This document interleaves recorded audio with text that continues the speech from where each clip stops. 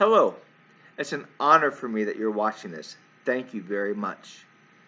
I first wanted to say that labeling someone a conspiracy nut is a way of dismissing them, and I think we throw around that term too often. I'm not a conspiracy nut. Most conspiracies I don't believe in, really. Actually, I usually go with the official narrative most of the time. Really, the only two major cases where I don't is, well, JFK. I don't believe that Lee Harvey Oswald fired all the shots that killed JFK. I don't believe he acted alone. But is that really a conspiracy theory?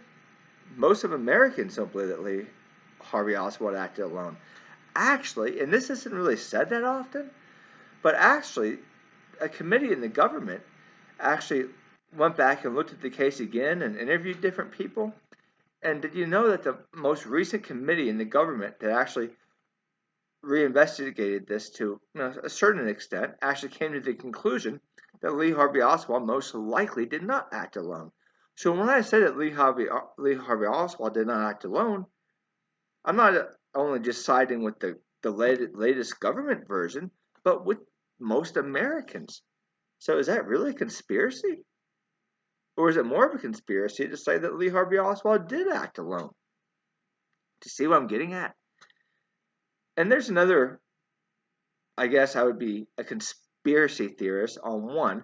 I'm not going to name it, but there was, the last 10 years in the United States, there have been some mass shootings, and there's one mass shooting in particular that I don't believe for an inch it happened like the government says it happened.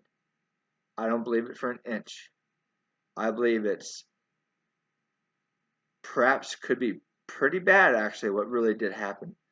But outside of those two things, JFK and then the mass shooting, which I'm not going to name, yeah, I pretty much go with the official version.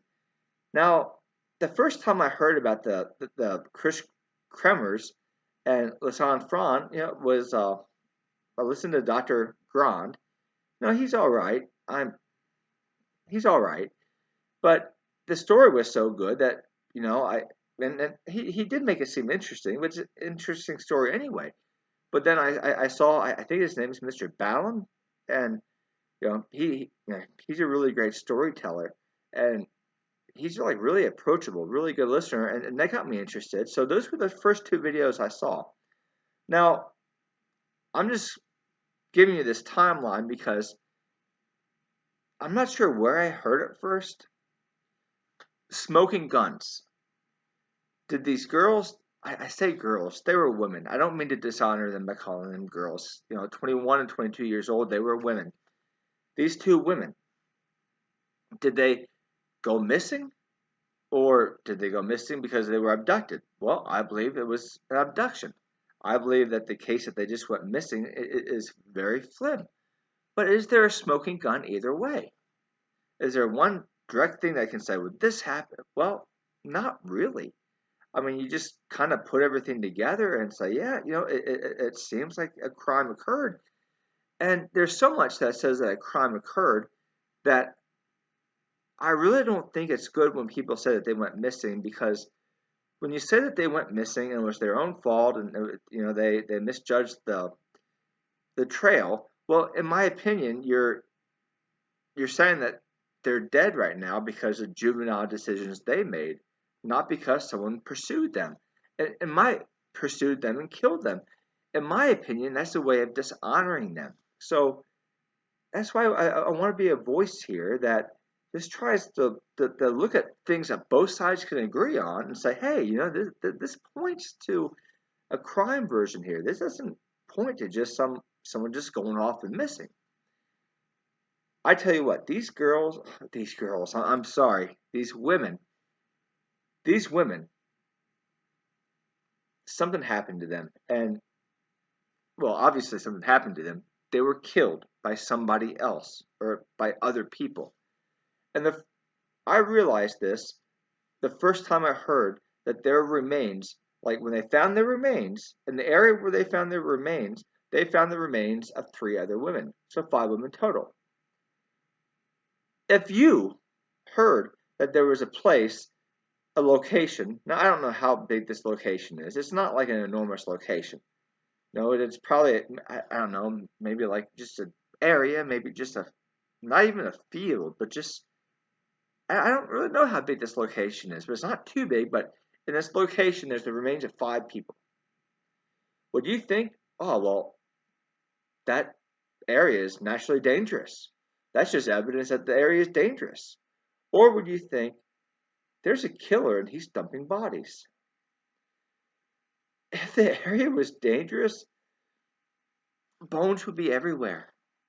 I mean, you wouldn't just find fragments of a foot and part of a leg bone and then a pelvic bone. Bones would be everywhere at but in the specific location, if you find the remains of 5 women, you have a serial killer out there. You have someone that has killed multiple times and that's their dumping ground. This idea that, well, this proves that this is a dangerous place. Well, first of all, if you just had like the foot remains and a pelvic bone and part of the leg bones, I mean, you don't have Lisanne, Fron's or Kris Kremmers' skull. You don't have arm bones, and also the bones of these 2 women. There's no animal scratches on them. I mean, for crying out loud, saying that this is just the ground, that this just proves the theory that the ground is dangerous and that it's treacherous and you have to be careful because 5 women's bones were found together. You got to be kidding me. You really must be kidding me if you want me to believe that that's what that points to. I mean, maybe I'm seeing this wrong, but when you tell me that there's 5 women's bones all found with each other or very close to each other, I think it's more like intermingled, but at the very least, they're close to each other. Someone's dumping the bodies there. Someone's burying the bodies or dumping them. I don't know the precisely how, but that's what that's evidence of. I mean, I think it's fair to say that if you go to most detectives, they would say that that's what that's evidence for. So their bones uh, being with 3 other people, 5 people's bones in general. Do you see how crazy that is?